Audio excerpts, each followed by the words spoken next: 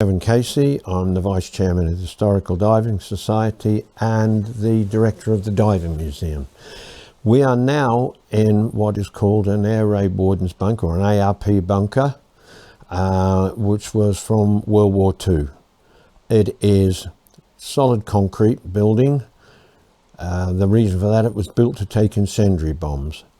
The Society needed a storage room for their collection, especially paper orientated ones and rubber, because the museum didn't have the room, plus it was so damp it was not suitable. We have acquired this building from Hampshire County Council. This is grade 2 listed, and we're now in sort of the hub. This is now on Charities Commission and Companies House. This is our office, or our registered home, 35 The Avenue in Gosport. And this room here was where, through the lottery, we have 2 employees, and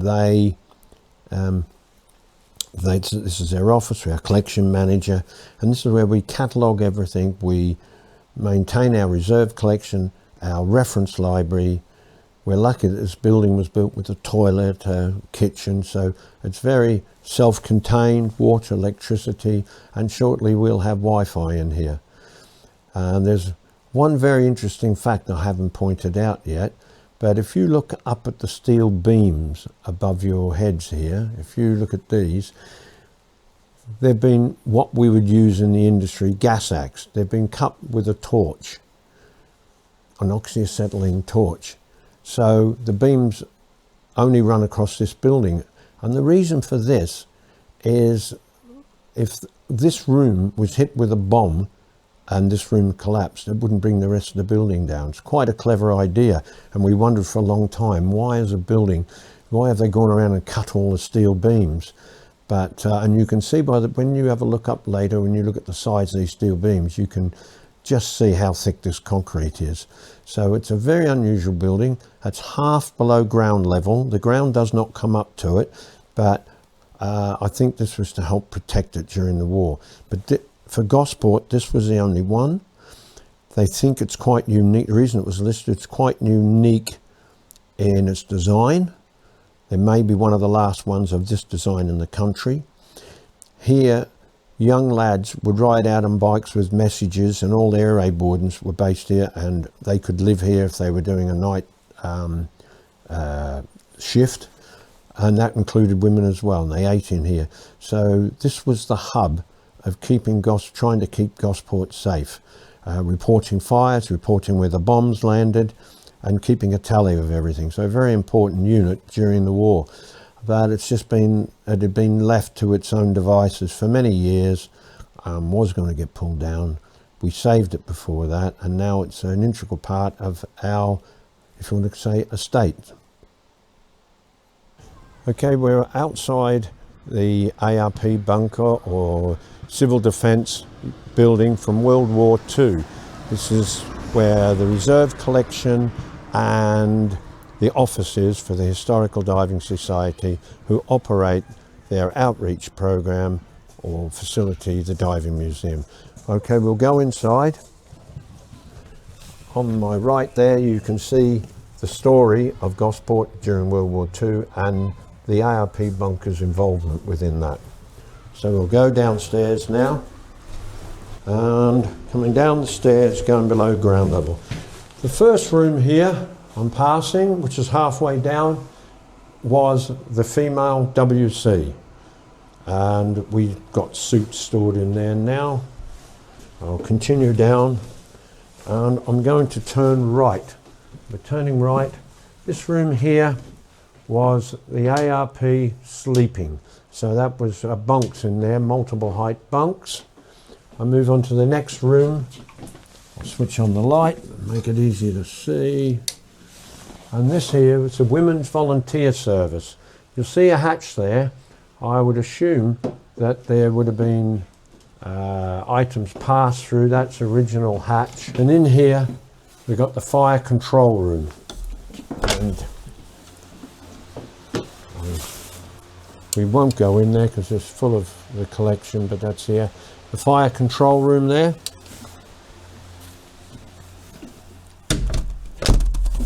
We move back.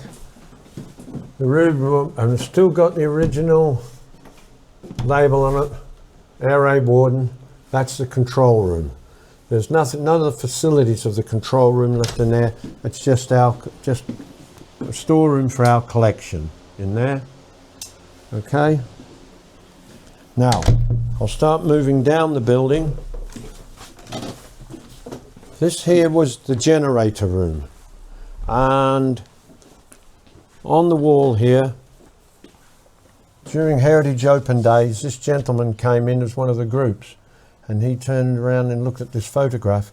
These were lads that left this building with messages to go all over Gosport on their push bikes, and this gentleman said, "That's me there," and he still lives local. So he had a big connection in this and was quite emotional when he came in. Okay, we move on, and this is the ARP, as you'll see on the door, ARP telephones and staff sleeping. It's quite a large room. This is our office, and this is the hub where everything happens. When we walk up the stairs, turn on the light. There we have a kitchen and a toilet, which is very handy, left over from when it was the ARP bunker. So we never had to think about installing those. Then we move on. The storeroom there. That was the male WC and shower.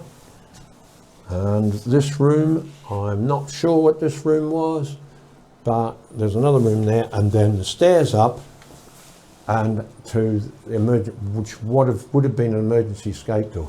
You will see that some of the internal concrete was lifted, but it's a good example of how the building was built. You can see there the rebar and the concrete. We never repaired it because we thought it allows people to understand the building a lot more. So that is the extent of this building. It's quite small, but extremely good for keeping a reserve collection and books and such forth, which is paper orientated. It stays in a safe, controlled climate. We have dehumidifiers through the buildings, fans circulating it, and keeping our collection safe.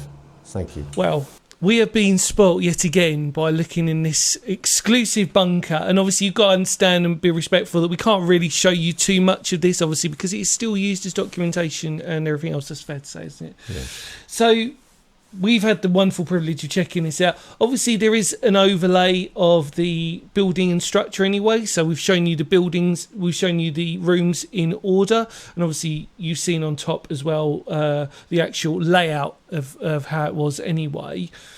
Thank you so much for taking it. Really, again, it's so interesting. Off camera, we've been shown some really interesting stuff that's just been fascinating. We're of the same mindset as yourself, preserving the country's rich history, yes, and of how it affected local communities. Absolutely. You know, the military is big here in Gosport, yeah, and I don't think many people know it, but the population of Gosport, it has the highest percentage of military veterans. Oh, really? I didn't know Yeah. that. Oh, So military history, involvement of the community with military facilities is extremely important to people around here. Yeah, we will respect that. I mean, this is the most important thing, is that we it's about documentation, isn't it, really? Yes. If we can document this and be as respectful as possible, and obviously just go from there. And we know that obviously with your team that this is going to be in safe hands, this actual bunker itself. Yeah. And we didn't mention, but we just need to clarify as well, depending on what order these videos come out in, we've also documented what happened after this, which is namely when it turned into a Cold War. Oh, yeah. but not here.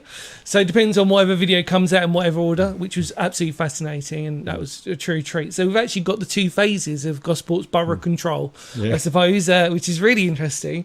But honestly, I really mean this, mate. Thank you so much for all this. It's really, really opportunity. Feel free to check out the Diving Museum link in the description below, which would be fantastic. And thank you, mate, as always. Pleasure, mate.